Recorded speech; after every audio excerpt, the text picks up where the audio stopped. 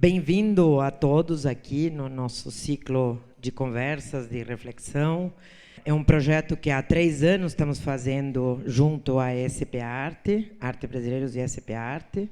Agradecemos a Bienal de São Paulo, com quem temos uma relação importante, de nos ceder este espaço para poder refletir em cima de tudo que imaginamos que agrega valor. A Artsy, que está fazendo um trabalho excelente fora do Brasil, contando um pouco o que nós fazemos, e a Le Pain Quotidien pelas gostosuras. Estamos acompanhando uma série de movimentos ligados à arte e a seu encontro interdisciplinar necessariamente com outras áreas. Não há como imaginá-la hoje de outra forma. E esse ano a gente acabou tendo algumas questões internacionais e nacionais que nos trouxeram de forma muito presente a importância de entender a arte não só como uma mensagem política, e sim como um movimento de resistência em si, na medida que ela possa provocar reflexões que nos permitam deslocar-nos um pouco daquilo que nos abafa, né, cotidianamente. Tivemos situações muito controvertidas nos Estados Unidos, onde ganha um presidente que logo em seguida fecha fronteiras, e o movimento de instituições de arte foi se pronunciar, foi dizer: nós achamos isso um absurdo. O MoMA chegou a mudar a coleção do Quinto Andar, onde tem parte do seu acervo, por quadros de artistas muçulmanos, estrangeiros, etc. Ontem nós trabalhamos muito em cima disso, acho que foi muito interessante, mas também aqui no Brasil tivemos algumas manifestações no sentido de o que é uma cidade linda, o que não é, sem entrar na questão específica da questão política, de pintar ou não de cinza, prefeito, etc., mas que nos traz definitivamente a questão do espaço da cidade como um espaço de arte. Tá? Então, temos aqui hoje para falar com vocês o Fernando Serapião, bem-vindo, que vai mediar esta conversa. Ele é fundador e editor da revista Monolito. O Baixo Ribeiro, curador. Boa tarde. O Nelson Brissac, responsável pelo projeto Arte e Cidade, e a Gabriela Longman, que é pesquisadora e que hoje vai lançar um livro aqui na SP Arte também, sobre o qual vamos conversar mais tarde. Muito obrigada a todos e, para os que já nos acompanham desde ontem, obrigada por terem estado conosco. Boa tarde. Bom, boa tarde a todos. Queria agradecer aqui a organização pelo convite para mediar mais essa mesa na SP Arte. Bom, esse tema é um tema super amplo e um tema, por vezes, polêmico.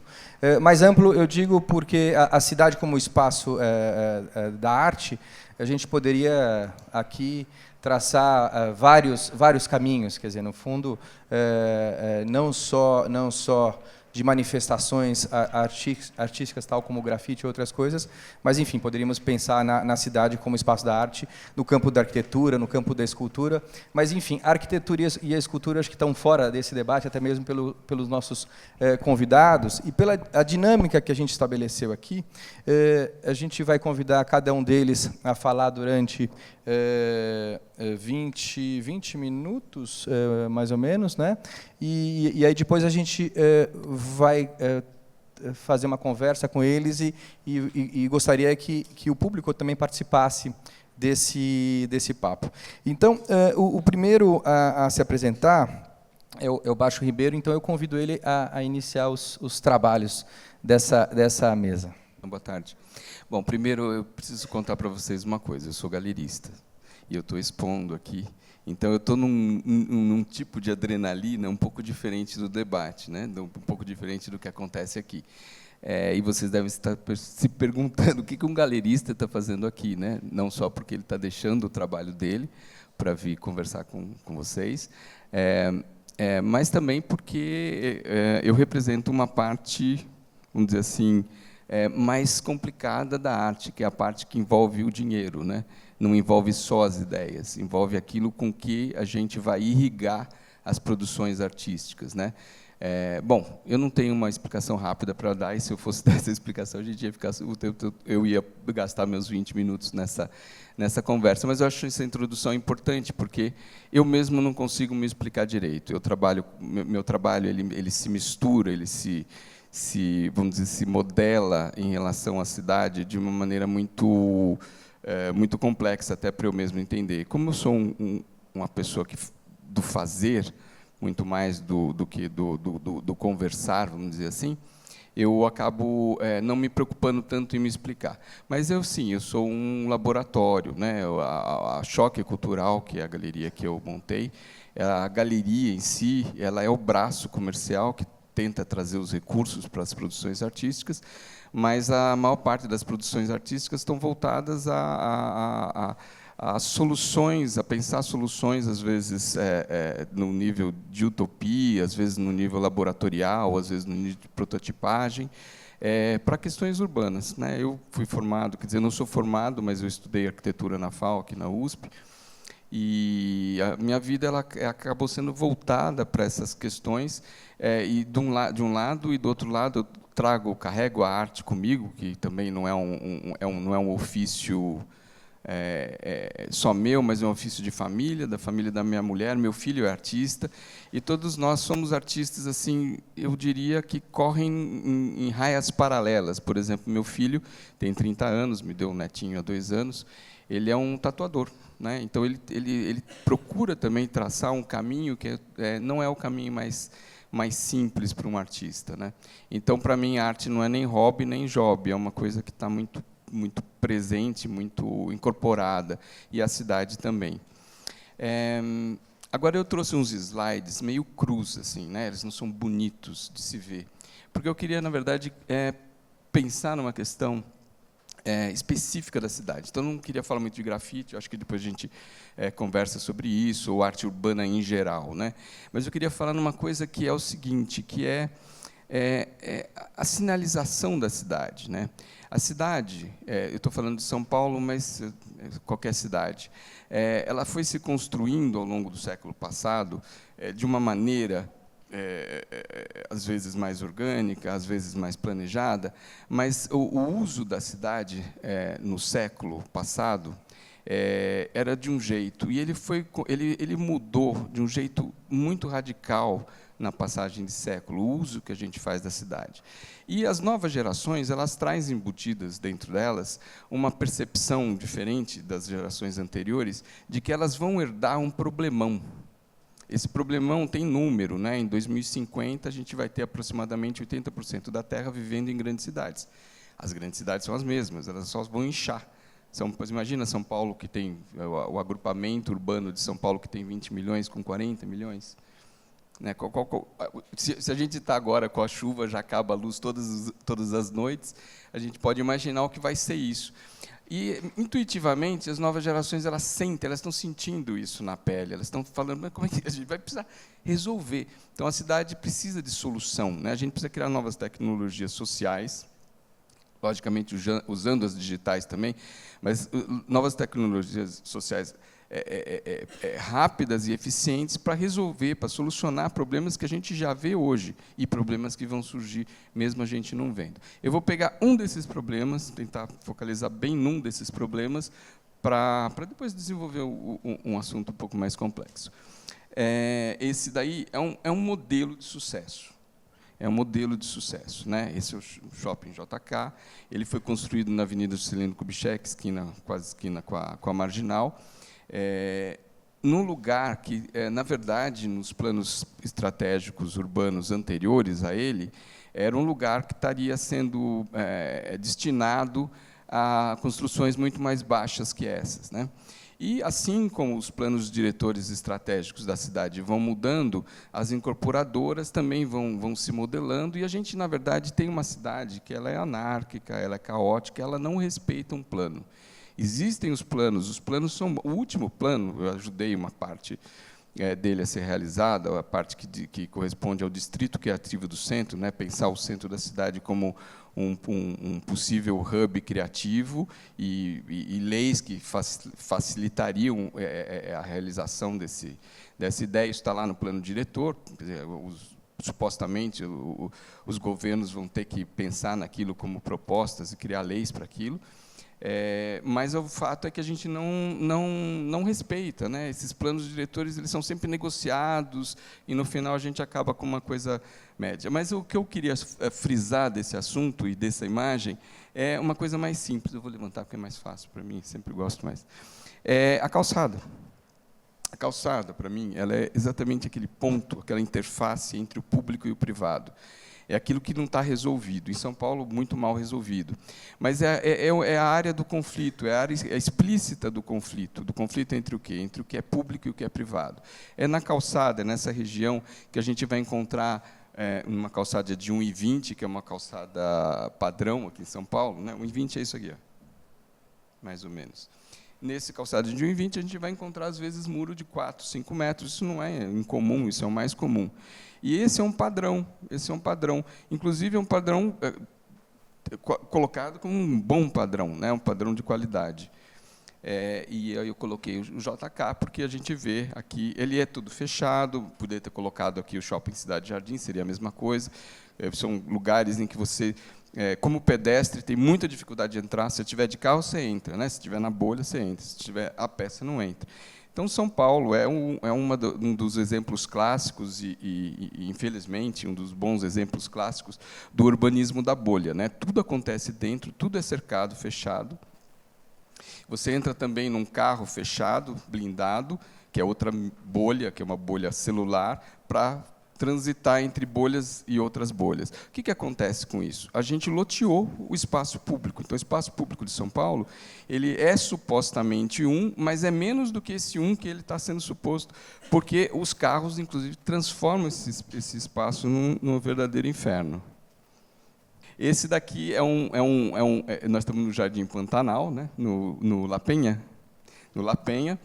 com o grupo dos muitos grupos que o Nelson reúne para fazer bom, eu não vou explicar muito, mas fazer um complexo de intervenções no bairro. Nós estamos falando do extrema leste de São Paulo, na periferia, e você vê, eu peguei, na verdade, essa foto para mostrar como o modelo se repete. Tem uma calçada aqui de 1 metro, essa é menos do que 1,20 m, e a gente tem o paredão. Isso está se repetindo cada vez mais.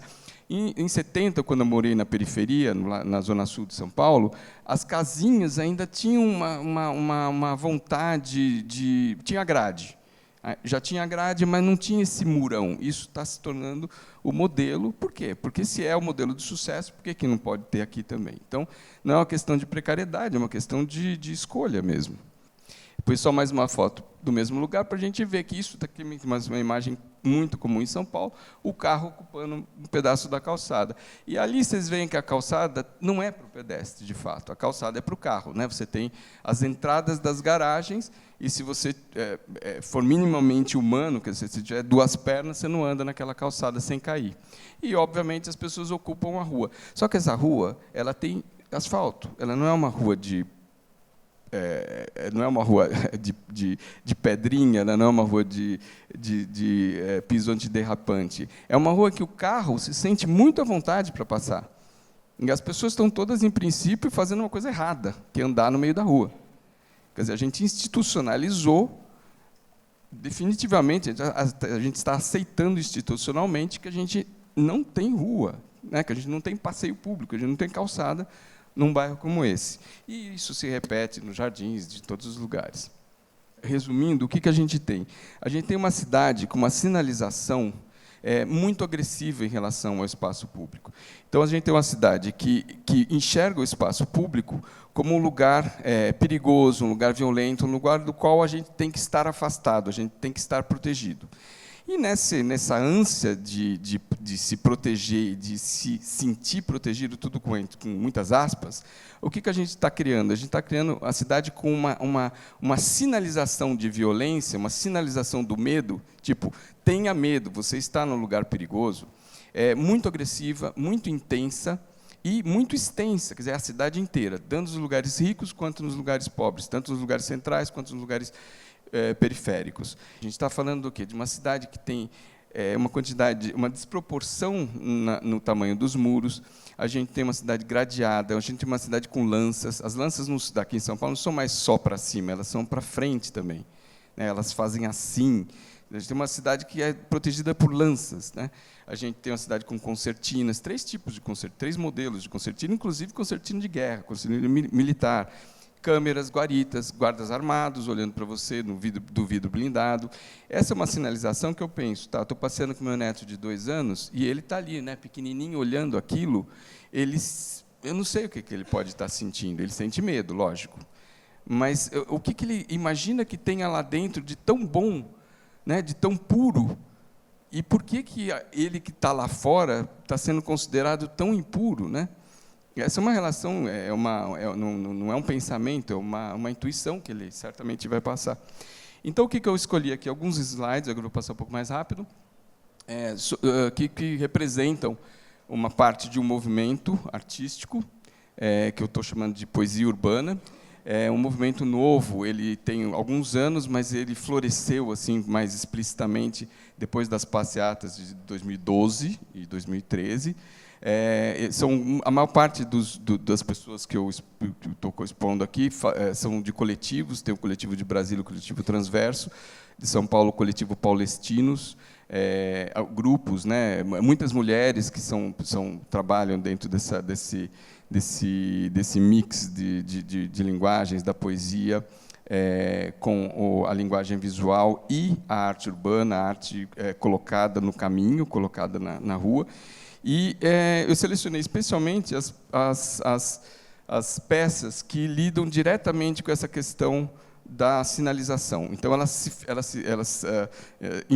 são intencionalmente tratadas, as poesias, os cartazes, os lambe-lambes, como uma contra-sinalização do medo. E elas têm uma pretensão de mapear essa sinalização da violência, de se contrapor a isso de um jeito mais direto.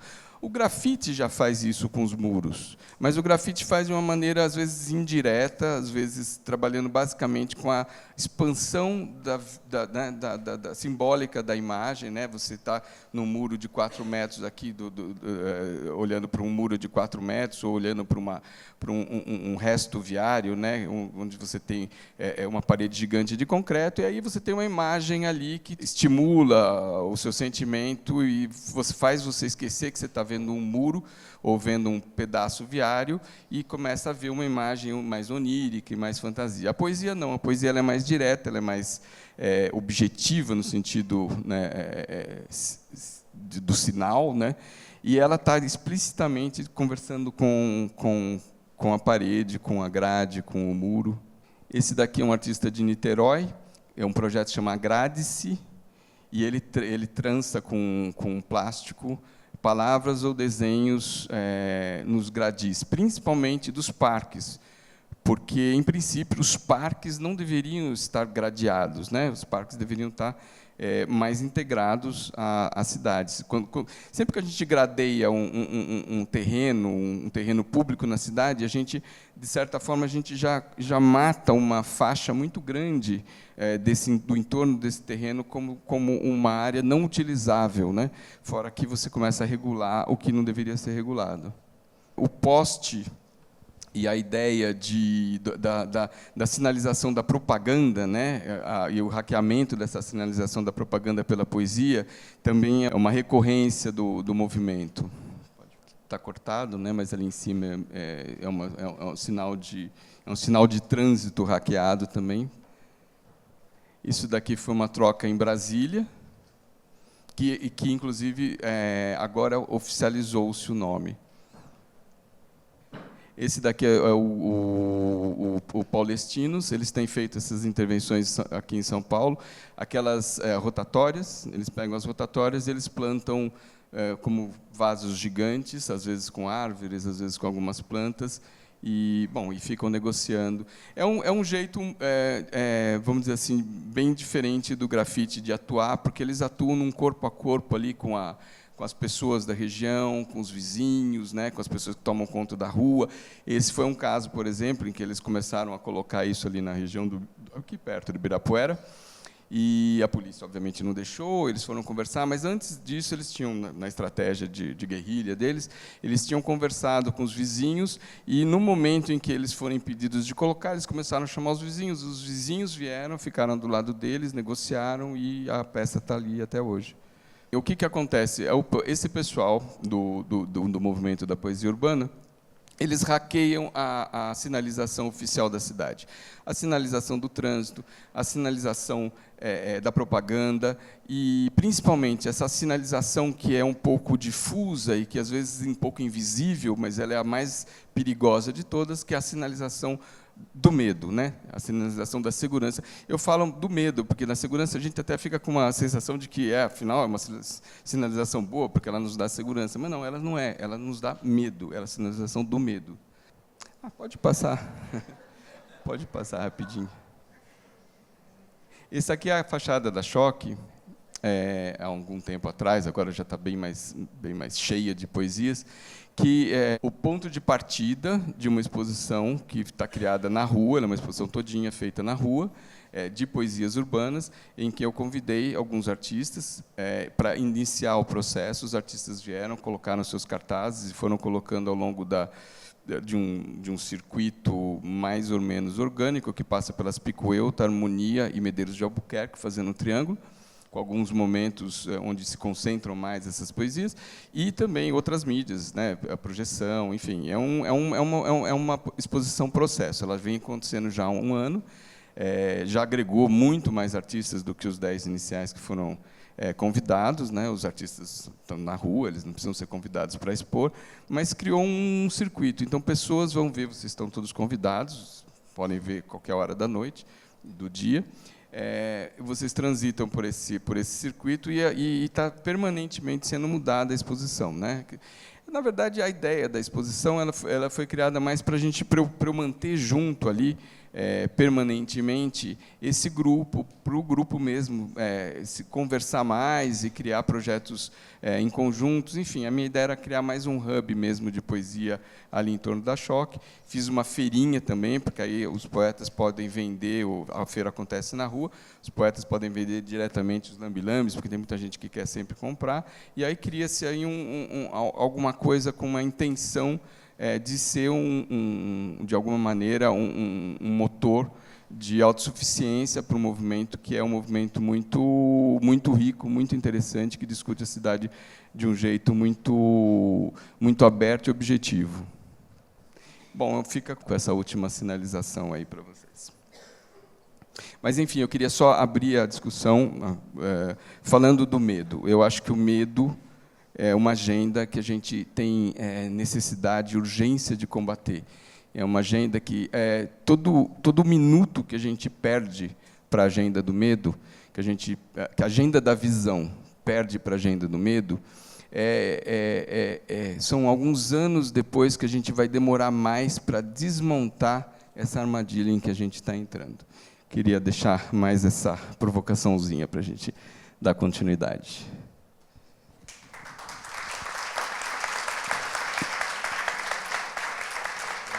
Boa tarde a todos, obrigado pelo convite, contente de estar aqui com vocês. Eu vou trazer um projeto que vem sendo realizado, na verdade, há muito tempo, há uns 15 anos. E, na medida em que a gente vai fazer uma nova edição proximamente, eu vou aproveitar esse diálogo para fazer um balanço crítico rápido a respeito de todos esses, dos encaminhamentos, das estratégias, dos conceitos que foram propostos, e no que eles precisam ser revistos diante das configurações novas. É um projeto que teve origem na Secretaria Estadual de Cultura, ainda na gestão do Ricardo Ohtake, e investiu diferentes áreas da cidade, em diferentes escalas. O primeiro projeto foi no antigo matadouro da Vila Mariana, que hoje é a Cinemateca Brasileira. Então, foi uma primeira experiência que a gente teve em lidar com espaços não convencionais, o que levou para uma outra situação, que numa área central da cidade, eram vários edifícios em torno do Viaduto do Chá, com intervenções que já tinham uma escala e já discutiam a questão da percepção urbana ainda na escala de um observador pedestre.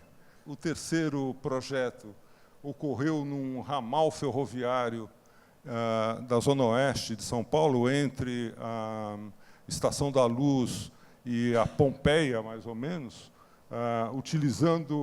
nós negociamos com as empresas ferroviárias, na época ainda eram companhias estatais, foi um pouco antes da privatização das ferrovias, negociamos esse trem que ficou levando as pessoas de um ponto a outro.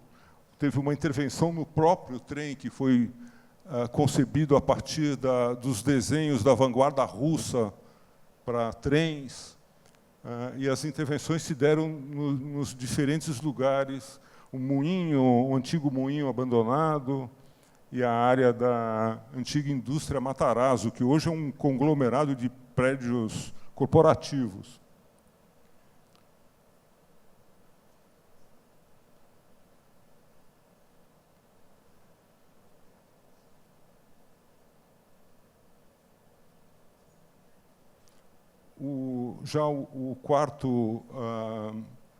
O quarto projeto se deu na zona leste de São Paulo, numa área de 20 km², o que implicou já um pouco mais devagar, por favor.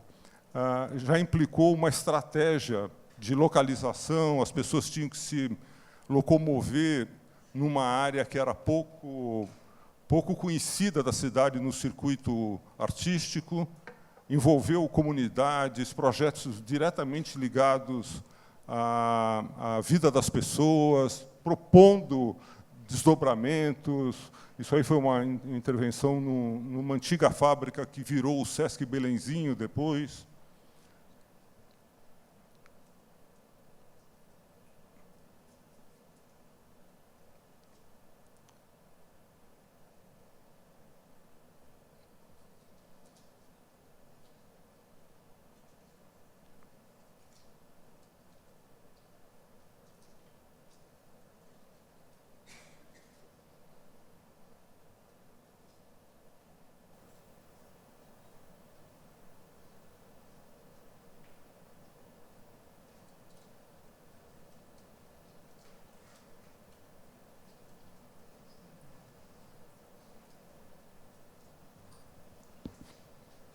E esse é o projeto que está sendo proposto hoje, numa área entre São Paulo e Santos, na verdade, então, colocando questões relativas à questão da indústria, a industrialização de São Paulo e os seus impactos ambientais e culturais, as diferentes grandes obras de engenharia que conformaram esse território, as diferentes formas de ocupação, e, sobretudo, do ponto de vista da arte, a questão da percepção de espaços que já não são mais imediatamente visuais, colocam questões de mapeamento e questões de intervenções numa escala que já implica a observação em movimento, diferentes requisitos da experiência que não são mais típicas da observação da obra de arte nos lugares expositivos convencionais. Um pouco do espírito do Arte Cidade foi provocar uma revisão nos hábitos da criação artística e, sobretudo, nos hábitos da observação, da percepção da obra de arte no contexto. Não preciso nem enfatizar o quanto museus, os espaços próprios, convencionalmente próprios para a arte, estabelecem padrões de percepção e observação a que nós nos acostumamos. Deslocar para um contexto urbano implica revisar esses princípios, tanto do ponto de vista do observador, mas, sobretudo, do ponto de vista também do artista. Não esquecer que o artista, no espaço urbano, não é mais o artista. Ele é alguém que está inserindo um objeto, ou um símbolo, ou um elemento numa paisagem que já tem outros agentes, outros protagonistas. E ele, na verdade, ocupa um espaço que é um espaço conflitivo, que está longe de estar reservado a ele. Enquanto nós saímos de casa e vamos para um museu para ver arte, a arte colocada no espaço urbano encontra a pessoa que está lá, ou que está passeando por lá, ou fazendo outras coisas. Então, essa mudança de condição afeta profundamente a maneira como a gente vê arte e, sobretudo, a maneira como o artista se vê percebido. Então, essa questão ela só se torna mais aguda na medida em que a cidade vem se tornando cada vez mais conflitiva. A questão da obra de arte na cidade, ela reflete as tensões sociais e urbanas que a cidade tem. A cidade do Renascimento acolhia, ou era moldada pela escultura, de uma forma muito mais simbiótica do que, hoje em dia, a obra de arte teria esse papel. Ela não tem mais esse papel. A obra de arte, a escultura, por exemplo, ela não mais determina a nossa percepção e a organização do espaço urbano. Essa função que o Renascimento tão belamente trouxe, ela se perdeu. E a gente já faz tempo que os artistas repensam a função da arte no espaço urbano, ou a relação da arte com aquilo que não é arte, com o espaço expandido em que ela existe na cidade. Esse espaço ele está longe de ser demarcado claramente pela obra de arte. E isso é uma questão muito interessante a ser pensada. Eu realizei, há poucos anos atrás, um seminário no Maria Antônia, e dos artistas convidados, artistas que estão aqui representados, a Regina, aliás, uma bela homenagem, não sei se vocês viram as fotos do baixo, era a Regina Silveira, trabalhando nos bairros mais distantes da Zona Leste, em áreas de inundação, uma coisa muito emblemática, eu acho que é uma coisa que a gente tem que discutir aqui.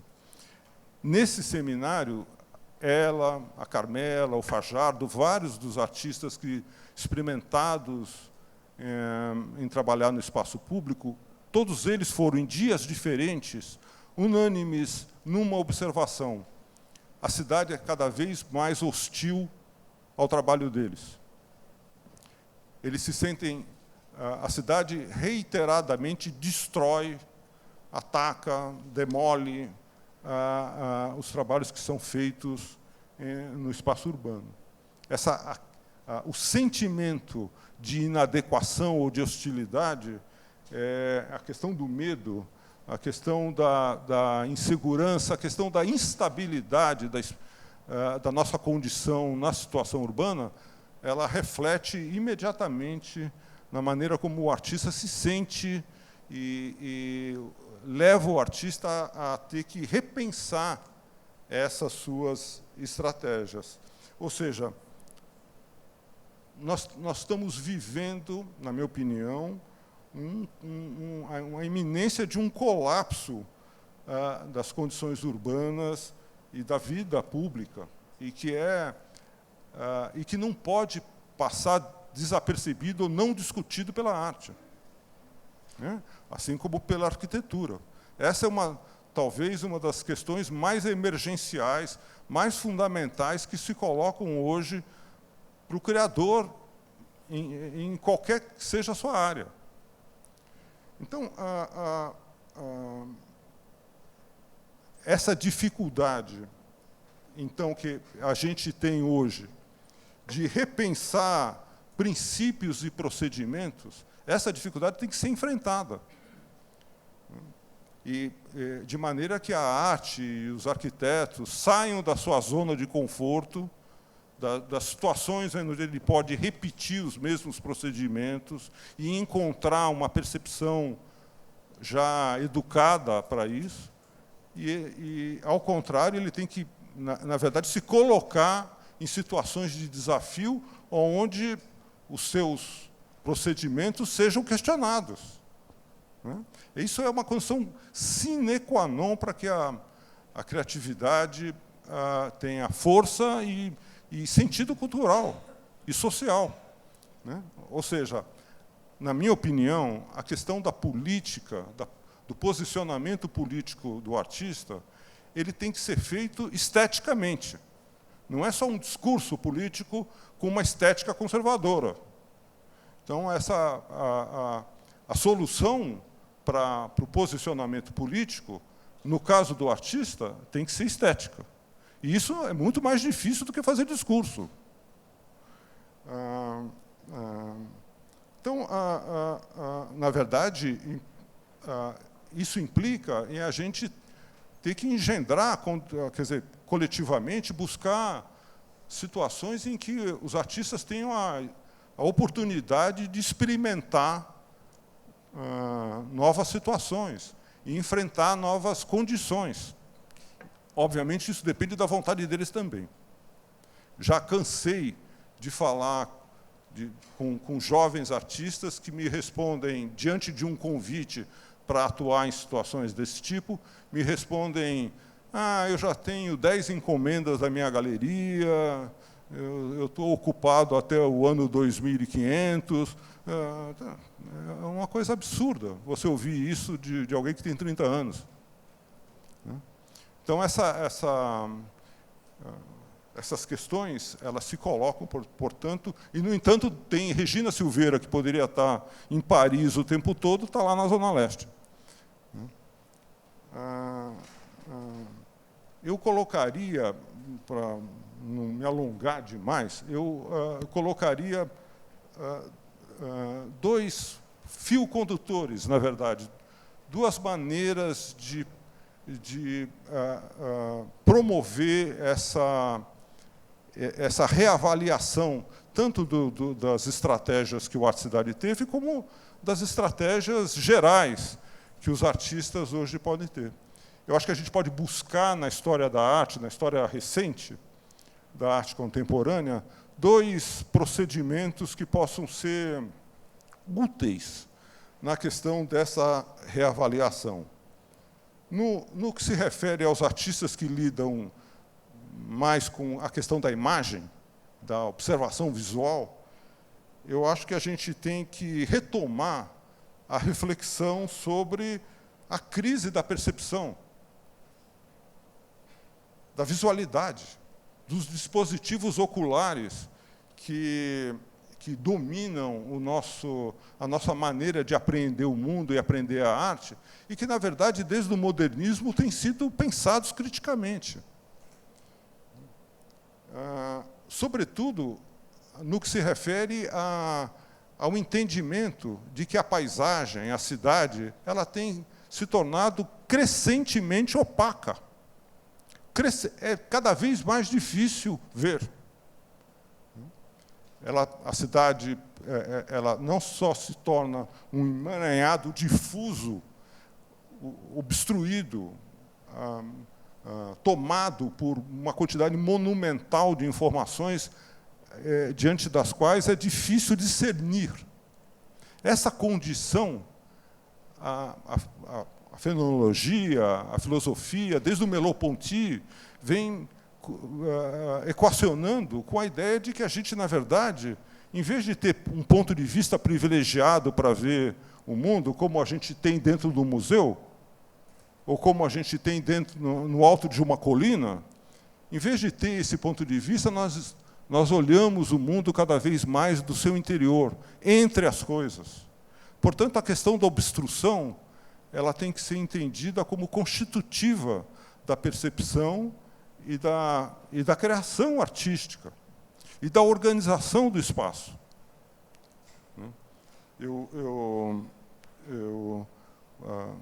Merleau-Ponty tem uma definição muito interessante do que seja o vermelho, que não é senão uma lenta decantação de uma vermelhidão que resulta, que existe no entrelaçamento de todas as coisas, e que ela vai sendo, aos pouquinhos, depurada. O vermelho não se apresenta como vermelho desde o início. Ele é o resultado de uma operação, de um trabalho criativo do artista e do observador. Tem uma bela passagem, muito repetida, se você já conhecem, desculpe, é a diferença entre o jardim francês e o jardim inglês. O jardim francês é aquele jardim no qual, de qualquer ponto, a gente entende o seu ordenamento. Ele se dá imediatamente a ver. Enquanto que o jardim inglês, ele é lotado de árvores. Tem sempre uma árvore, as suas aleias são tortuosas, não tem uma organização geométrica. E tem sempre uma árvore na nossa frente, de modo que ver implica se deslocar.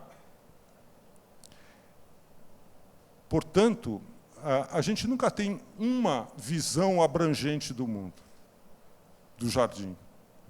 A visão que a gente tem do jardim, a imagem que a gente tem do jardim, é um construto resultante das fragmentadas visões que a gente tem ao longo do deslocamento.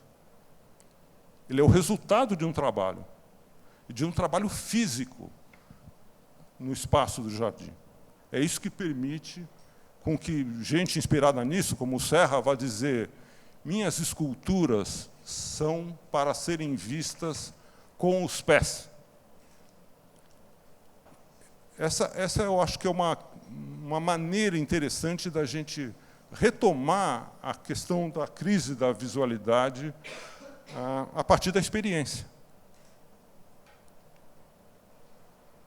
O segundo ponto, para terminar, no que se refere mais aos artistas que lidam com os materiais,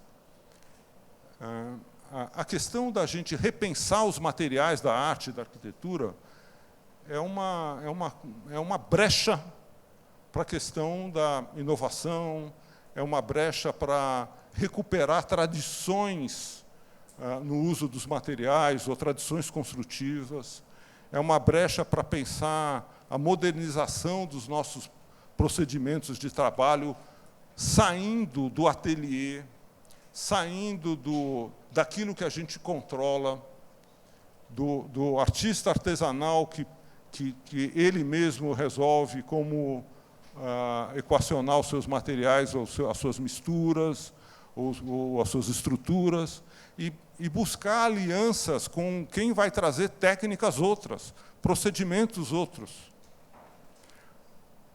O trabalho criativo, ele é necessariamente, sobretudo no que se refere ao contexto urbano, ele é um trabalho coletivo.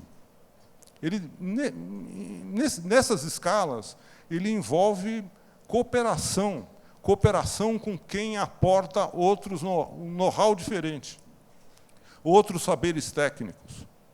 E essa junção é que dá a força do trabalho.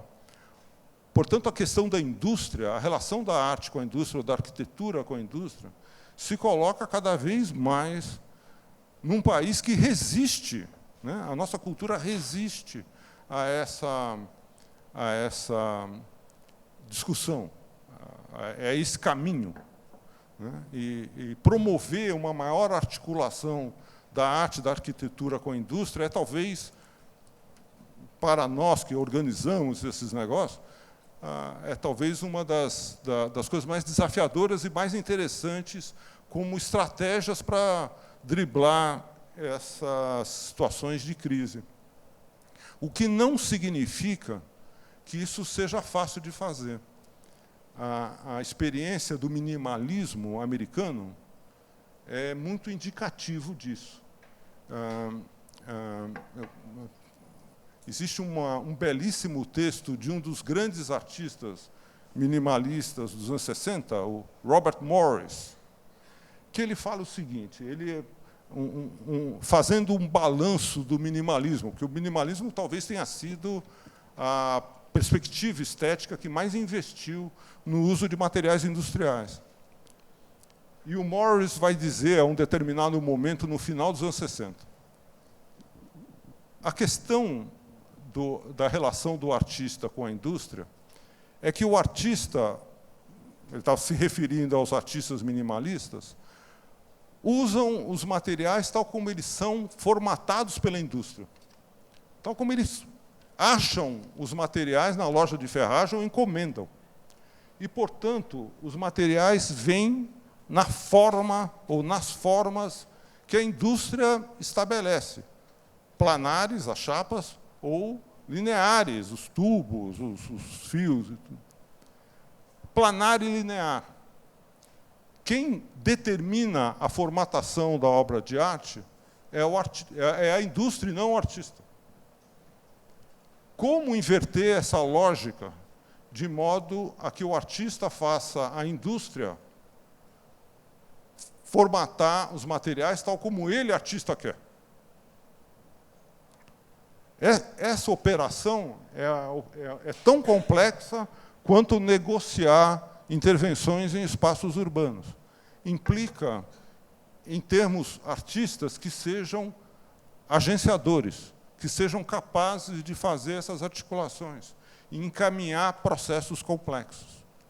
E essa formulação do Morris, na verdade, virou o grande programa dos pós-minimalistas. Né? Se vocês pensarem o trabalho do Smithson, ou, sobretudo, do próprio Morris, mas, sobretudo, do Richard Serra, eles vão ser, na verdade, a corporificação dessa tentativa, no caso do Serra, muito bem sucedida, de inverter essa lógica e criar, no âmbito da arte, processos inovadores no que se refere à conformação dos materiais, estruturação dos materiais. Né? Então, de uma certa maneira, finalizando, a gente tem na história da arte, e certamente teremos outras, referências que possam nos ajudar a refletir melhor sobre os impasses atuais da criação artística no que se refere a situações urbanas e encontrar alternativas que sejam criadoras no interior da criação estética. Obrigado.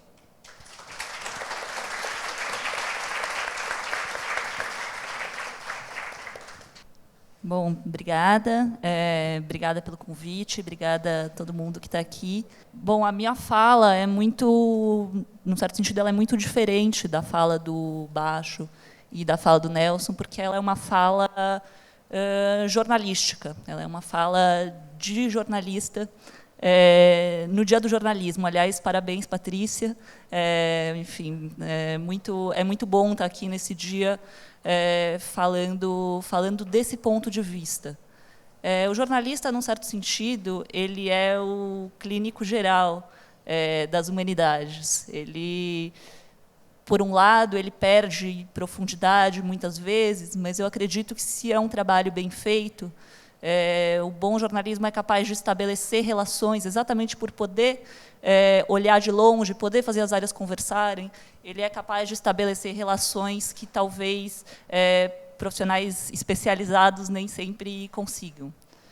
A minha fala de hoje vai muito no sentido de pensar o grafite, a arte urbana, como enfim, material para entender melhor as cidades hoje, a dinâmica das cidades. É sobre isso que eu vou fazer um apanhado bastante geral, que percorre várias épocas, mas que traz uma ideia que eu vou começar apresentando aqui.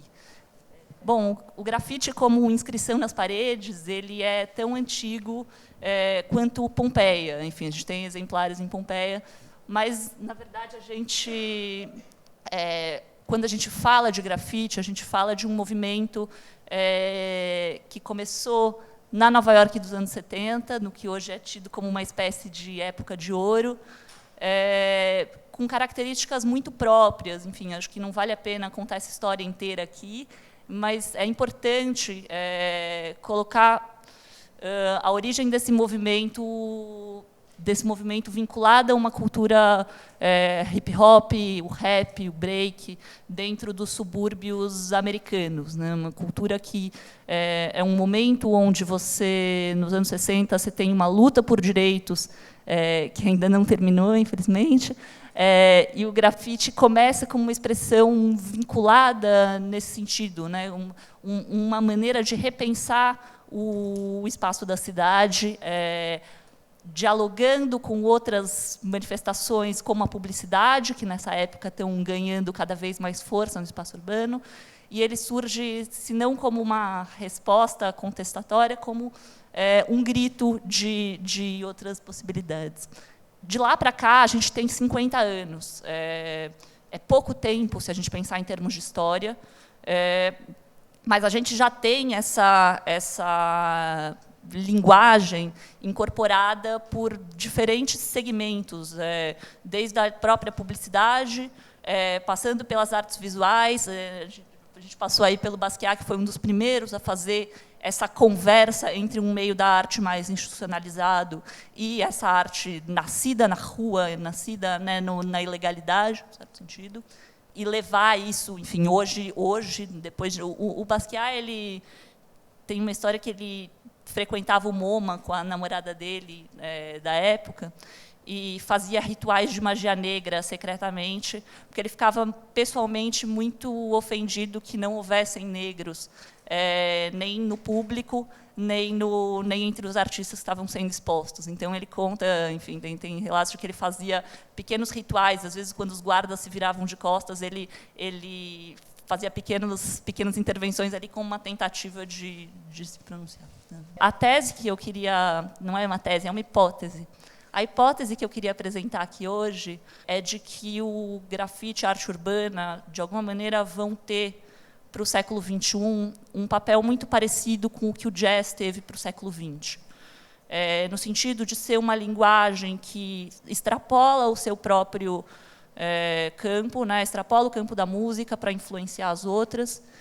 E, mais que isso, acho que eles têm coisas que são muito similares, né? Os dois nascem de uma mistura de técnica e de improviso, né? Os dois têm uma questão de desmontar códigos para remontá-los de outra maneira. E os dois têm uma matriz que é muito irônica, zombateira, alegre, mas tanto um quanto o outro tem, no fundo de si, uma espécie de dor, uma espécie de... uma matriz de um certo sofrimento na sua linguagem. Bom, isso é o começo do jazz, justamente onde a gente tinha, onde o jazz era visto como, né, um tipo de música menor, mas um tipo de música divertido, mas não à altura de outros estilos que na época eram considerados como grande, enfim, como a música com M maiúsculo. Ao longo do tempo a gente vai ver isso ser transformado. E o jazz, ele teve essa questão de que ele nasceu em New Orleans, nos Estados Unidos, muito vinculado à questão inicialmente das plantações de algodão e tal, mas depois ele se espalhou pelo mundo e ganhou características muito próprias em cada um dos lugares em que ele aterrissou, né? Ele se fundiu com ritmos locais. A gente tem isso em Cuba, a gente tem isso no Brasil. A gente vê como esse encontro deu origem a uma série de ritmos. E o grafite é um pouco isso, né? Ele hoje em dia se espalhou no mundo inteiro. A gente tem painéis em qualquer cidade de médio porte do mundo, praticamente. A gente vai encontrar esse tipo de manifestação, trabalhando com uma diversidade de temas, técnicas, que é impressionante. Bom, aqui a gente tem exemplos Rússia, Índia, enfim, um pouco ilustrativos, mas mais para dar essa ideia de uma diáspora mesmo. Eu gosto desse termo. Pode passar. Voltamos para o jazz. O grafite, na sua origem, ele está muito ligado à ideia da transgressão, né? Na sua essência, ele é uma arte de romper determinados limites, romper determinados parâmetros estabelecidos. E, não à toa, ao longo desses 50 anos, ele muitas vezes é visto e recebido sob a ótica única do vandalismo, de algo que vem para depredar o patrimônio, de algo que vem para estragar. Quando a gente olha, no entanto, o que a gente vê são exemplos de uma arte que, às vezes, vem, ao contrário, longe da depredação, melhorar coisas que, enfim, trazer possibilidades novas para os espaços. Ao invés de depredar algo que está lindo, justamente ao contrário, ele vem trazer um pouco de cor, ou trazer um pouco de possibilidade poética para coisas que estão abandonadas, que estão corroídas, que estão esquecidas, espaços que estão esquecidos, muitas vezes, e para os quais a gente não olharia de outro modo.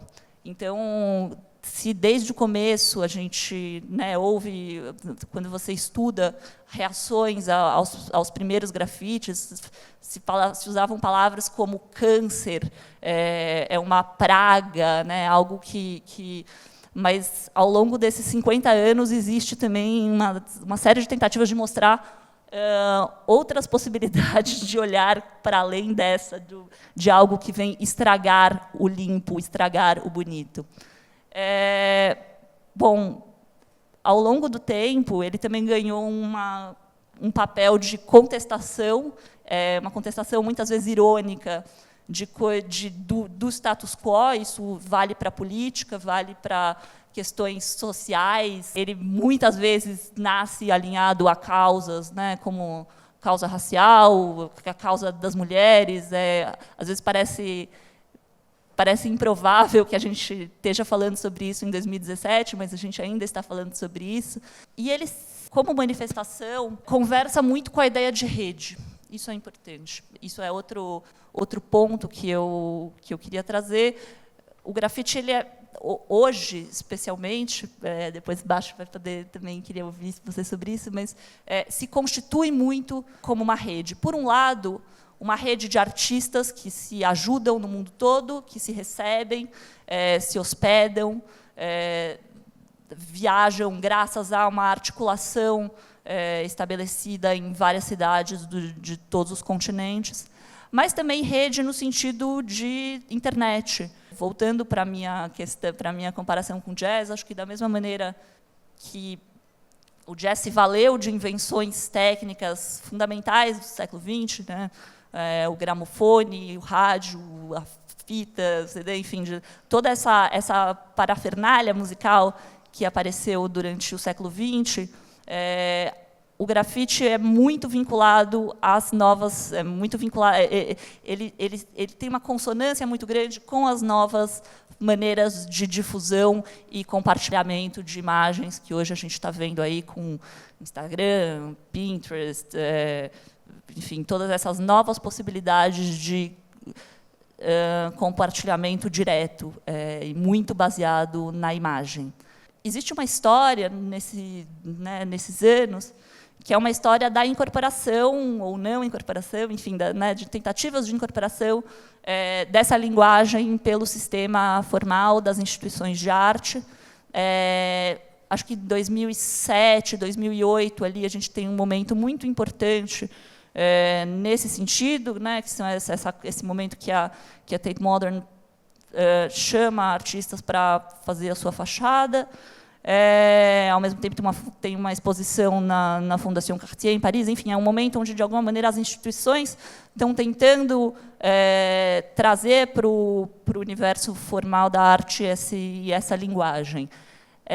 Mas existem vários tipos de incorporação. O que eu acho que é complicado é quando se perde de vista o contexto em que o grafite é realizado. O grafite é uma arte em diálogo com a cidade. E aí, quando a gente pega, por exemplo, o que foi feito em Wynwood, em Miami, a gente tem painéis que, às vezes, são muito bonitos e são muito bem feitos e, tecnicamente, são impressionantes, mas que perdem uma conexão com o espaço urbano ao redor. É quase, né, a gente tem um cercado, um terreno, eram terrenos baldios. Essa ação artística foi feita com o intuito de valorizar uma área imobiliária que não tinha muito valor. Então, os artistas foram convidados para atuar nesse sentido. E aí o que a gente tem é um resultado que é até bonito plasticamente, mas soa tão artificial que isso fica muito esquisito, pelo menos para mim. Bom, aqui a gente tem um outro caso envolvendo essa relação, que é, enfim, um caso emblemático em Berlim, um grafite que era muito famoso, feito por um italiano chamado Blue, e que foi apagado pelo próprio artista, não pela prefeitura, em protesto contra justamente a gentrificação da área. O terreno foi vendido, ele estava servindo como instrumento de valorização imobiliária de uma área, não concordava com isso, então ele próprio resolveu apagar aquilo que já era uma espécie de cartão postal ali da arte urbana em Berlim. Aqui a gente tem enfim, o final, o grafite apagado. Essas reflexões e esse panorama, eles são parte de um livro que foi feito a 4 mãos, junto com meu pai, que é o Eduardo Longman, que é um fotógrafo que eu queria convidar para subir e se juntar a gente. É um livro que está sendo lançado hoje, um pouco mais tarde, aqui na SP Arte, e que trata um pouco dessas questões a partir de um olhar sobre 3 cidades, a partir de um olhar sobre São Paulo, sobre Nova York e sobre Berlim. Quando as pessoas perguntam, mas por que vocês, né, escolheram essas 3 cidades? Enfim, só para explicar, a gente trabalhou durante 3 anos juntos nesse livro. Os textos são meus e as fotos são dele. Então, é realmente um trabalho a 4 mãos. E quando as pessoas perguntam, mas por que vocês escolheram essas 3 cidades? Acho que existia um desejo nosso de estabelecer enfim, se não uma comparação científica, que definitivamente não era o propósito, mas pelo menos um olhar comparativo entre cidades de continentes diferentes, arquiteturas diferentes, histórias muito diferentes. São Paulo é a nossa cidade de vida e trabalho, né? Enfim, matriz moderna, tropical, latino-americana. Nova York tem um papel fundamental para essa espécie de berço, né, de um movimento que nos interessava muito, essa questão de um ponto de origem, de um certo sentido. E Berlim, além de ser, né, uma cidade artisticamente hoje muito viva, tinha essa questão de ser uma cidade que passou 2 décadas dividida, ser uma cidade que foi muito bombardeada durante a guerra, passou 2 décadas dividida, quer dizer, de ter uma história urbana muito particular, aí, marcada por, enfim, nodal na história do urbanismo no século XX, o que gerou, né, uma série de uma particularidade em termos de imóveis abandonados, zonas esquecidas, que a gente achava que poderia, enfim, sabia que tinha dado origem aí uma produção particularmente interessante. Então, é isso que a gente foi... disso que a gente foi atrás. E queria, enfim, convidá-lo a se juntar.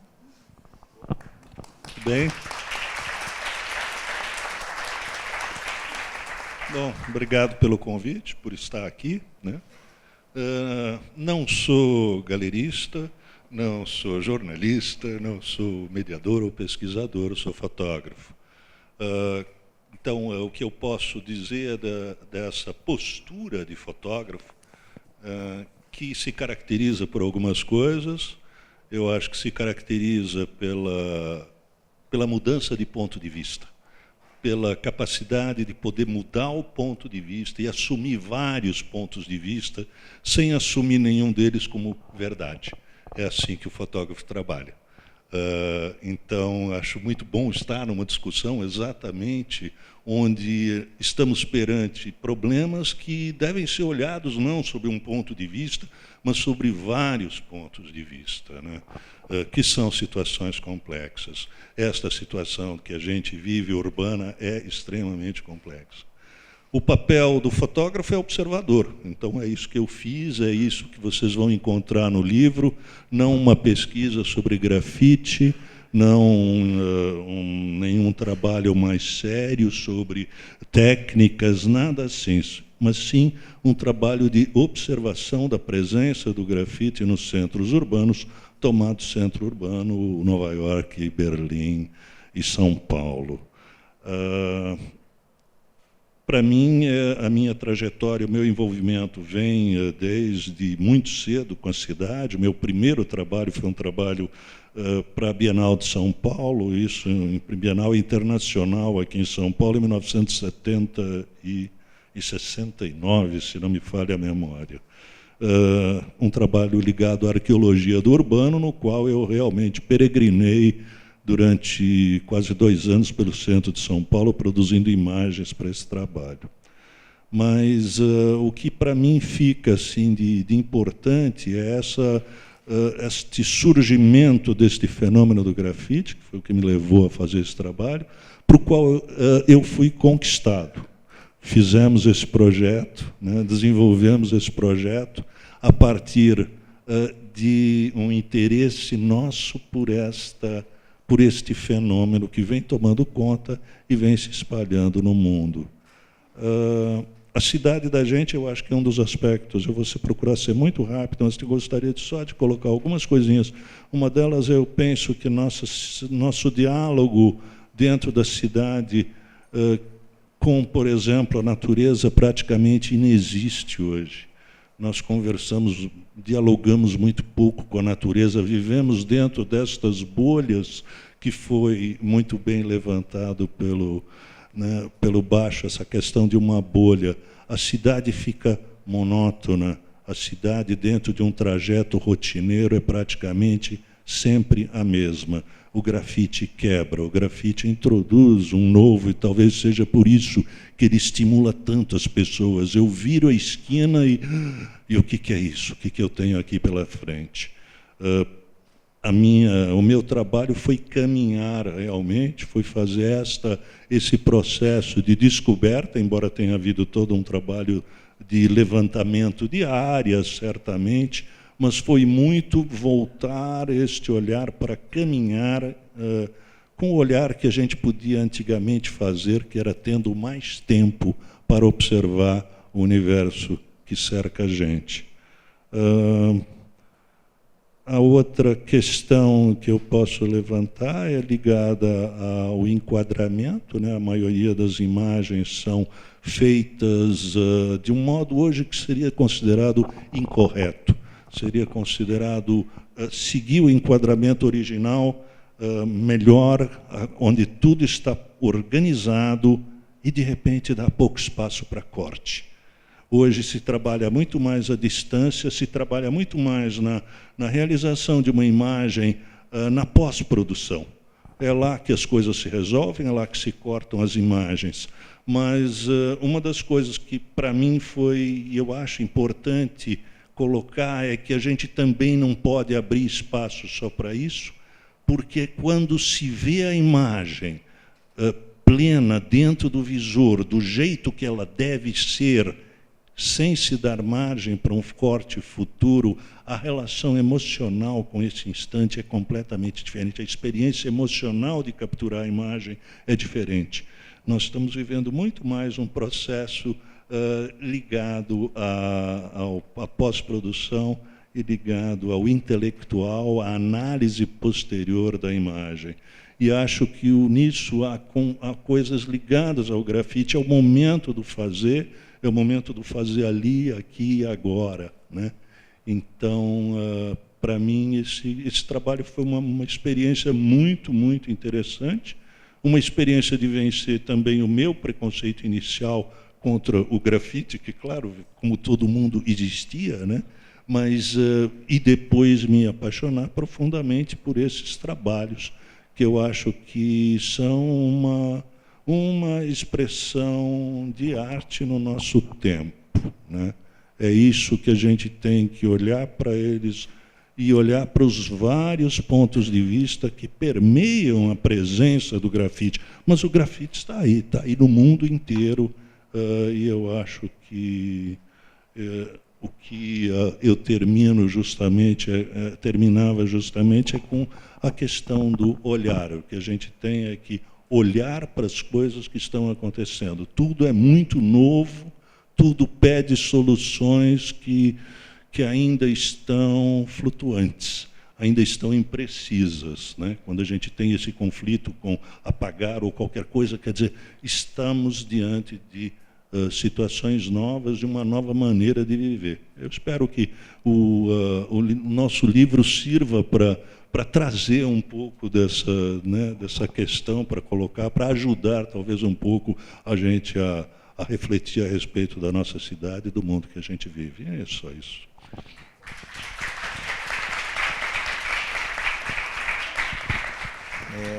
Obrigado, Eduardo. Acho sua presença aqui muito, muito pertinente, porque, para começar um pouco os trabalhos aí das perguntas, uma coisa que permeia as 3 apresentações, que tem como tema a cidade como espaço da arte, é o efêmero. São trabalhos que não são permanentes, não é? E isso posto em contraponto à arquitetura, por exemplo, que nasce sempre com o olhar da eternidade, né? Seja a mais vulgar dos projetos, o mais vulgar dos prédios neoclássicos de São Paulo, eles não são construídos para serem derrubados ou para desaparecerem em curto espaço de tempo, né? Temos que conviver com eles durante muitos e muitos anos, não é? Então, parte daquilo que o Bacho apresentou, né, daquela cidade dos muros, aquilo tudo é projetado, aquilo tudo reflete um desejo de alguma parte da sociedade, né, seja da riqueza, seja da pobreza. E, curiosamente, essa cidade toda projetada, 99,9% dela vulgar, mas projetada a partir de, pelo menos a cidade formal, a partir de desenhos arquitetônicos feitos para quase a eternidade,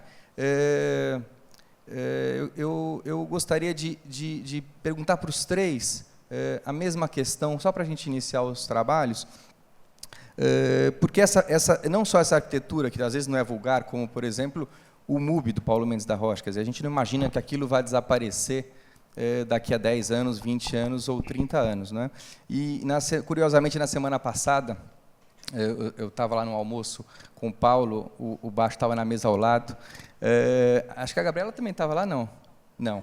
Mas, enfim, e o Paulo Mendes da Rocha disse uma coisa curiosa, que logo no início do museu, que é o Museu da Escultura, ele propôs para a direção do museu na época que aquilo fosse o Museu do Brecheret, que aquilo pudesse ser um museu que abrigasse algumas obras do Brecheret, porque o palco do Brecheret, na verdade, era a cidade. Então, seria um museu quase de acervo de alguma coisa do Brecheret, mas que o palco das esculturas do Brecheret seria a cidade. E eu chego no Brecheret um pouco tentando trançar as 3 apresentações, justamente porque, diante do que é o efêmero, a arquitetura e a escultura urbana, não é? Ela é feita para durar muito tempo. E, às vezes, não só... Ela é feita, às vezes, como como manifestação quase oficial, né? E a gente tem aqui do lado um brecheret que também a gente imagina que daqui a 30 anos, 40, 100, 200, ele ainda esteja aí. E feita numa época, de um determinado momento, com algum tipo de força expressiva, por um artista notável, talvez o melhor escultor moderno que tivemos, representante ali de uma vertente. E não querendo entrar na política, mas não tem como não entrar nessa questão, no final do ano passado, ela foi palco, não é, de uma ação, né, que eu não sei, que eu justamente gostaria de perguntar para vocês o que foi aquilo. O vermelho um pouco do Merleau-Ponty, que apareceu logo após um debate político. Né? Então, aquilo o que é? É uma manifestação cultural, é vandalismo, é arte ou outra coisa que eu não consigo imaginar? Queria perguntar isso para os três.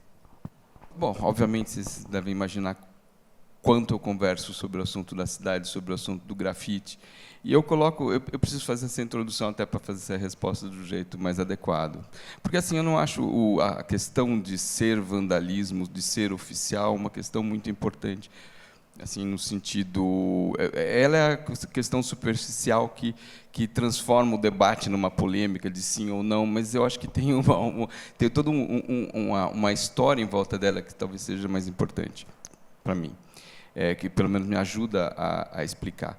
O que eu acho que acontece é que assim, o grafite, ele na verdade nem nasce como um projeto artístico em si, ele nasce muito mais como um projeto de intervenção, um projeto de uso da cidade, né? O grafite ele nasce mais como uma ânsia de colocação, de expressão, no caso visual, em relação a uma expressão colocada. Por isso que a minha apresentação ela fala muito da agenda do medo, da sinalização do medo, porque eu acho que a compulsividade que faz com que as pessoas, os garotos, saiam para a rua e comecem a rabiscar, coisa que eles já exercitam nos banheiros das escolas, é uma atitude óbvia de transgressão, de oposição a uma autoridade que ele não percebe como uma autoridade justa.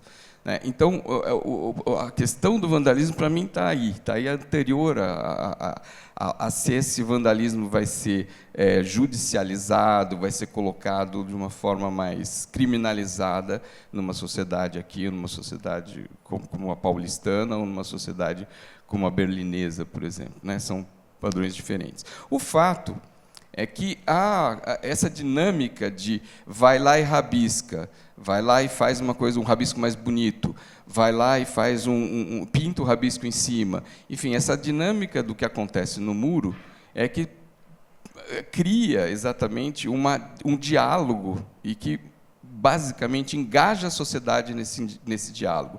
Quer dizer, a desobediência de fazer algo aparentemente proibido, ou num primeiro momento proibido, é que causa, de fato, a pauta. Sem isso não tem a pauta, não tem a discussão, você não coloca as pessoas engajadas na discussão. E aí eu acho que está o ponto mais importante. O grafite, mais do que um movimento artístico esteticamente importante, que eu não tenho, nem eu tenho condições de discutir isso num debate como esse, ele tem como ponto importante a potência do engajamento do qual ele é capaz. É um movimento que engajou, acho que mais pessoas no mundo, talvez da história da arte, como um modelo completamente diferente do que a gente vinha percebendo, vinha acompanhando nos movimentos de arte, nos movimentos artísticos. Então, a gente está falando de artistas e não artistas, dentro do grafite você tem muito mais não artistas do que artistas, engajados numa questão totalmente de rede, quando a gente percebe a rede sendo criada nos anos 90 do grafite, quer dizer, que o grafite são assuntos que talvez tenham que voltar um pouco, porque assim, o grafite, para mim, ele nasce em 68. A gente tem uma americanização do grafite em 72, com o hip-hop, que traz um formato de associação das comunidades de periferia, que ganha o mundo, porque ela representa muito bem uma maneira um modo de conectar coletividades, né, de conectar comunidades no mundo todo. Quer dizer, a coisa mais interessante do hip hop, do grafite ligado ao hip hop, é exatamente a questão do engajamento. Através de um discurso simples de que as periferias podem, unidas, ser mais forte, essa mensagem ela é transmitida, ela é difundida e ela vai realmente para Hong Kong, São Paulo, Paris, Berlim, para os rincões, para as cidades médias do mundo todo. Quer dizer, toda cidade cosmopolita tem esse grupo, de alguma maneira, articulado, e essa rede é uma rede impressionante. Mas a atividade, né, o início se dá em 68, e não se dá só em Paris, né, se dá em 68 na Candelária, se dá aqui em São Paulo. Existe todo um processo de descobrimento da cidade como uma plataforma de comunicação, de expressão, e que é, obviamente, um momento político de explosão, e que você tem a cidade como um lugar não só muito novo para ser explorado, mas democrático, né, no momento que você tem todas as redes de difusão, as televisões extremamente concentradas, pré-internet, né, você tem a cidade como um palco, né, de colocação ali das discussões, e, para isso, você cria uma série de novas estratégias de difusão. Então, o Lambi-Lambi nasce nesse momento, né? Os situacionistas em Paris, eles produzem, junto, né, com os estudantes e os trabalhadores, produzem os cartazes em estêncil, às vezes em serigrafia rápida. Quer dizer, toda a linguagem do Lambi-Lambi está lá. O próprio grafite escrito, né, o texto rápido, né, contra a ditadura, o texto rápido, corra da polícia, ele está ali também. E principalmente a atividade, que eu acho que aí entra a palavra obstrução, né, a cidade obstruída, né, a cidade que tem o quê? Que tem olha, a polícia está aqui, a gente vai ter que traçar um outro roteiro, a gente vai ter que encontrar saídas para isso, né? Aí você começa a ter novos mapeamentos da cidade. Então, eu coloco, na verdade, assim, o grafite que a gente vê, esse superficial, os grandes painéis, os grandes murais, os desenhos bonitos, eles são designs gráficos, eles lidam muito mais com o design gráfico da cidade. Não estou falando nem tanto de arte, estamos falando de design, né, no sentido de redesenho da paisagem urbana. Mas existe um outro jeito de lidar com a cidade que os artistas descobriram, que é exatamente desobstruindo a cidade, remapeando a cidade. Então, o que eu mostrei para vocês, esses circuitos de poesia, os poetas urbanos que colam o Lambi-Lambi na cidade, eles não fazem painel, eles andam, eles têm uma dinâmica, são andarilhos, e eles traçam roteiros na cidade. Eles ligam lá a Casa da Lapa, a Vila Madalena, a região da Luz, os caminhos que você faz para conseguir escapar do fluxo, ou para chegar no fluxo. Enfim, o traçado, a dinâmica é mais importante do que o próprio objeto gráfico que está ali colocado, né? Tanto que, quando você está fazendo cartaz, você está fazendo 100, 200, e você vai colar 200, às vezes, com a mesma frase, para criar um caminho. E a pichação, né, que uma das coisas que atraem muitos estudiosos, principalmente especialistas em artes, na questão da pichação, não é a questão da transgressão, porque a transgressão na pichação é uma coisa muito mais de psicologia juvenil, né, não é uma colocação estética, artística. Mas o que atrai muito na pichação, primeiro, é essa questão da rede.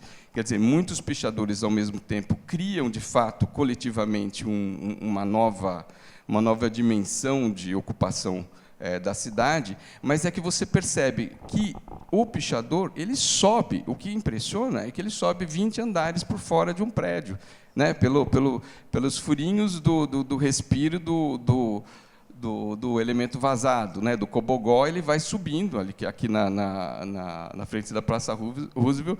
É uma coisa incrível, que você vê uma pichação feita vertical, começa lá no 23º andar, desce até o fim, do lado de um elemento vazado, que deve ser a área de serviço, que a pessoa que eu vi subiu com 3 dedinhos e o ponta do pé, todos os andares, e desceu todos os andares, escreveu do lado, escreveu do outro. Então, essa dinâmica, esse passeio é que faz a outra questão.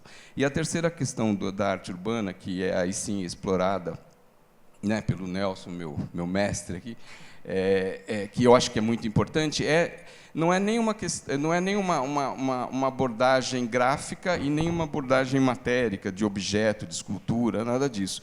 É uma abordagem de transformação social. Né? Então, muitos dos artistas que eu trabalho, eles trabalham o nível da transformação social. Então, é permanente. O objeto da obra não é permanente, mas o legado é permanente. Então, quando você fala, por exemplo, de uma SUM, eu não sei se vocês viram em 2011, uma exposição que eu fiz no MASP, no vão livre, a gente montou uma favelinha por 4 meses.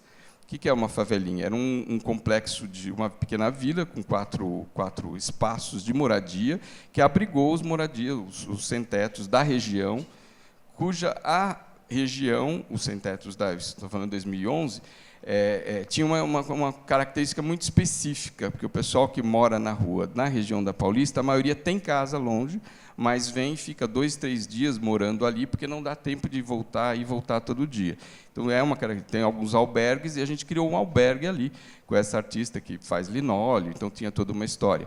E a negociação com a direção do museu, com o Condefat, com a prefeitura, com a polícia que tem ali.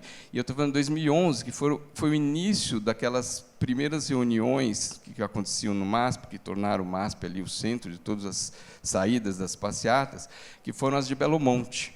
Então, foram as primeiras, e as passeatas de Belo Monte foram as que reuniram os grupos mais ativistas, que depois conseguiram transformar essas passeatas em 2012, na época da eleição que tirou o Russomano e colocou o Haddad, em contato. Então, foi ali que nasceu o contato dessas redes todas, obviamente, das quais eu também faço parte, mas que, enfim, a dimensão desse tipo de instalação não está na instalação, tanto que a instalação dela foi baseada nas cidades conectadas, das cidades em redes do Ítalo Calvino, que é uma cidade que, na verdade, fisicamente ela é efêmera, mas o legado que ela deixa é permanente. Né? Então, nós estamos falando de três níveis diferentes, né, de situação.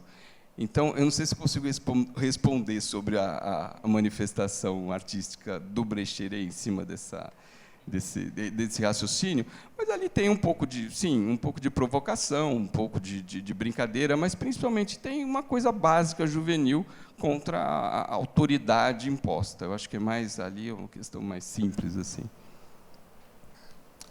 Fernando, talvez a tua questão tenha 2 aspectos, né?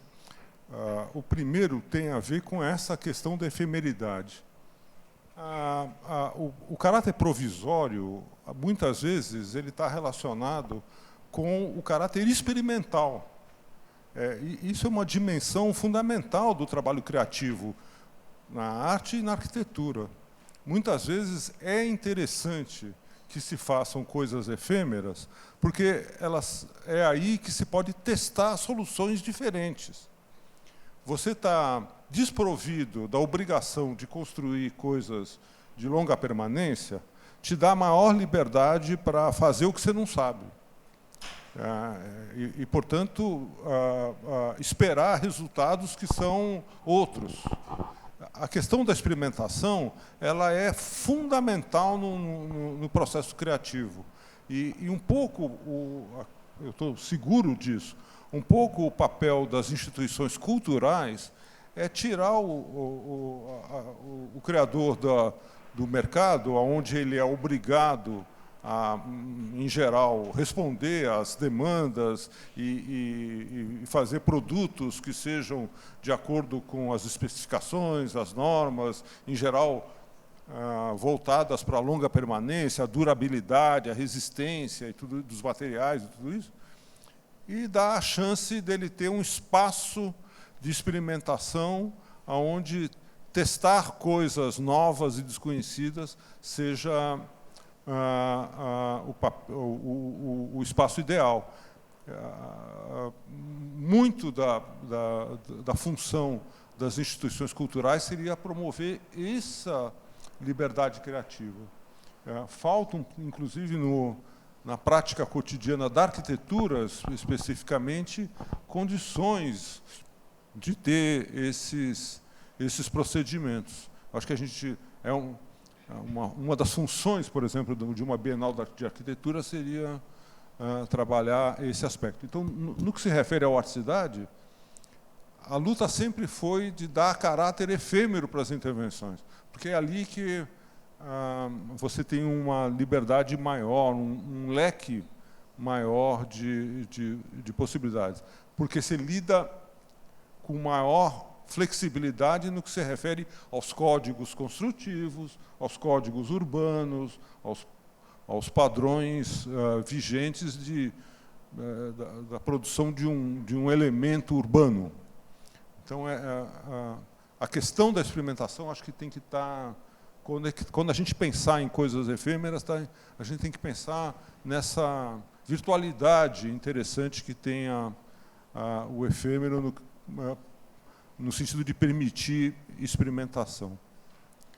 No que se refere ao Brecheret, esse é um caso que vem de muito tempo, muito anterior a esse último.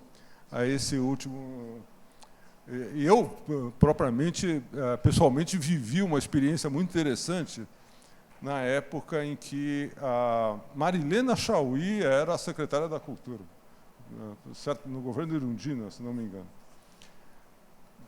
Nessa época, o monumento era pichado repetidamente. E, como nós sabemos, ele é feito de pedra-sabão e cada limpeza vai diminuindo a definição da escultura e tudo isso. É um problema, a pichação é um problema. A Marilena reuniu lá na secretaria uns sabichões para discutir o que fazer diante das pichações. E toda a discussão gerou em torno do problema que o monumento é pichado por pessoas que não reconhecem aquela história que está sendo narrada ali. Há um abismo cultural entre quem mora hoje em dia na cidade de São Paulo e os monumentos, as histórias narradas pelos monumentos que falam de conquistadores. Esse é um problema complicado no que se refere a qual é a narrativa que os nossos monumentos estão falando e no que essas narrativas correspondem à experiência das pessoas que moram ou convivem em torno desses monumentos. A gente não pode ignorar isso, né? E esse é um problema complicado. Estávamos discutindo essa infinita questão quando o chefe de gabinete da Marilena levanta a mão, o gabinete militar da Marilena levanta a mão e fala: senhora secretária, eu tenho uma solução. Espanto geral, e ele fala: nós vamos destacar um destacamento militar e atiramos em quem chegar perto do monumento. Vocês imaginem a cara da Marilena com toda a reflexão sobre a democracia diante de uma solução dessa. Ela é parecida, na verdade, com a solução que o Jânio fez, cercando os monumentos. Não sei se vocês lembram disso. Ele cercou com grade os monumentos para proteger os monumentos da população. E nós temos soluções que são inesquecíveis. Por exemplo, no Anhangabaú tem uma escultura que é uma homenagem ao Verdi, o compositor, do lado oposto do Teatro Municipal. É uma criatura alada que se debruça sobre o vale a ponto de levantar voo. A grade que o Jânio fez colocou o bicho dentro de uma gaiola, cortando o voo curto do nosso Verdi. Ou seja, alterando, obviamente, por inteiro o sentido daquela transcendência que fracassou diante desse conflito. Então, a questão da relação com os nossos monumentos, ela tem que ser, no meu ponto de vista, ser avaliado de forma mais profunda. Não entender os monumentos meramente como obras de arte, no sentido objetos artísticos colocados no espaço, mas também como obras que falam, que contam histórias, e que dizem ou não respeito às pessoas. E como que as pessoas entendem isso? Então, eu, infelizmente, prevejo uma relação conflituosa do nosso Brecheret com a cidade para um futuro previsível. Gabriela? Minha resposta vai muito no sentido da do Nelson, mas acho que tem essa questão, né, de um mundo em transformação, onde as coisas mudam com ritmos muito diferentes. Então, ao mesmo tempo em que a gente tem coisas que mudam muito rápido, tão rápido a ponto da gente nem sempre conseguir acompanhar, a gente tem estruturas, museus, universidades, que mudam num outro ritmo, para o bem e para o mal. Acho que isso tem bons aspectos e aspectos mais complicados, mas são instituições que têm, né, uma outra velocidade de resposta às mudanças de comportamento, às mudanças sociais, às mudanças políticas em curso. Acho que a questão, né, do monumento, da história que a cidade conta, vai muito nesse sentido, né? A gente tem uma cidade que já é outra, uma ordem social que já é completamente distinta daquela na qual esse discurso bandeirante, né, positivista foi enfim, estabelecido, mas a gente ainda não tem monumentos para essa nossa nova cidade, essa nossa nova dinâmica. Acho que está aí uma boa oportunidade. Acho que a questão do Brecheret mostra essa lacuna, né? Quais são os monumentos que a gente quer para nós? Acho que, nesse sentido, é muito alinhado com a questão do Nelson mesmo. E acho que a gente vê essa questão do positivismo do século XIX, uma permanência, né, no nosso hino nacional, enfim, para onde a gente olha, tem lastros disso